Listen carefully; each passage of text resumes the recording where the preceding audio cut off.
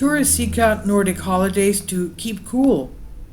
Far from her home in the tourist hotspot of Tenerife, Kathy Padilla is one of the growing numbers of travelers escaping heat waves for cooler holidays in Nordic countries. Countries like Norway and Sweden in Northern Europe are now promoting coolcations to attract visitors to their temperate climates. Well, my son recently went to Norway for something, a legal matter, and he said the country was everything was so darn expensive. Now, why leave the Canaries in summer to escape the heat, said Padilla while on holiday with her friends. Norway attracted our attention a long time ago because of the green landscape and mountains and the ice, added the civil servant in her 50s, on the so-called Troll Path, a serpentine mountain route towards the fjords.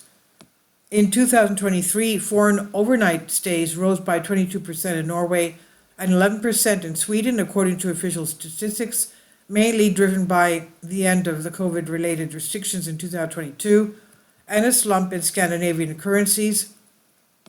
But a survey in Germany for tourist organization Visit Sweden also found that 2 out of 5 people plan to change their travel habits due to the southern European heat, opting for different seasons or cooler destinations. Coolcation is not just about the weather, said Suzanne Anderson, head of Visit Sweden. It's about traveling to places where it's a little bit cooler, both in the weather, but also cooler in the sense of not that many people. For some people, gone are the overcrowded Mediterranean beaches and heat waves causing forest fires and partial closure of the Acropolis in the Greek capital in June of last year. And nowadays, many prefer to take a dip in the lake or fjord, or fill their lungs with the fresh air on a mountain hike in relative isolation. Killer summer?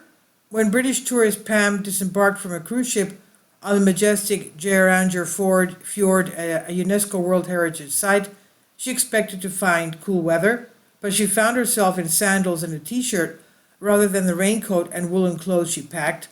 It's been wonderful, said the resident of Lichfield City in west central England. It's still not that hot that you can't walk.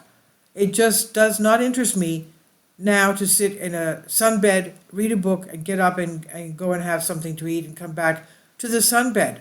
I'd rather visit places, find the history, and just look at beautiful places, she said. The frequency and intensity of extreme heat events and the duration of heat waves have almost certainly increased since 1950 and will continue to do so with global warming, according to UN climate experts. By 2050, half of Europe's population could face high or very high risk heat stress in summer, with heat-related deaths potentially doubling or tripling with temperature rises of between 1.5 degrees Celsius, that's to 3 degrees centigrade. Spain is a no, Greece is a no, to a 74-year-old French pensioner Gerald Gaulier, as he disembarked, he said, from a coach in Geiranger village in western Norway. And why Norway? The climate is much more pleasant, explained his daughter Virginie, a financial advisor. We have not protected our planet, and now that is impacting tourism. Submerged villages? The capital of Lapland in northern Finland, Rovaniemi, recorded a 29% jump in overnight stays last year. You can feel the coolation here, the coolcation.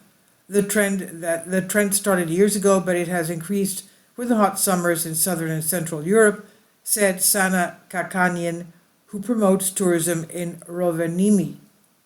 The coolcation influx has its issues, including a surge in Airbnb properties and unruly tourists. Our main concern is to have too many people at the same time, emphasized Jan Oven Trigsted, former mayor of a Norwegian village where a cruise ship carrying 6,000 passengers and 2,000 crew members had just docked. That's 8,000 people. That's like a whole city, isn't it? A whole town. It's a small village here, said Hessel Litt, and there are between 280 to 300 winter inhabitants.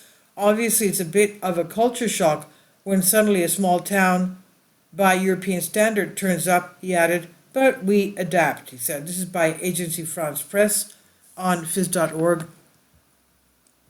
Please leave your comments, and thank you for your support. Finally, support my Patreon account.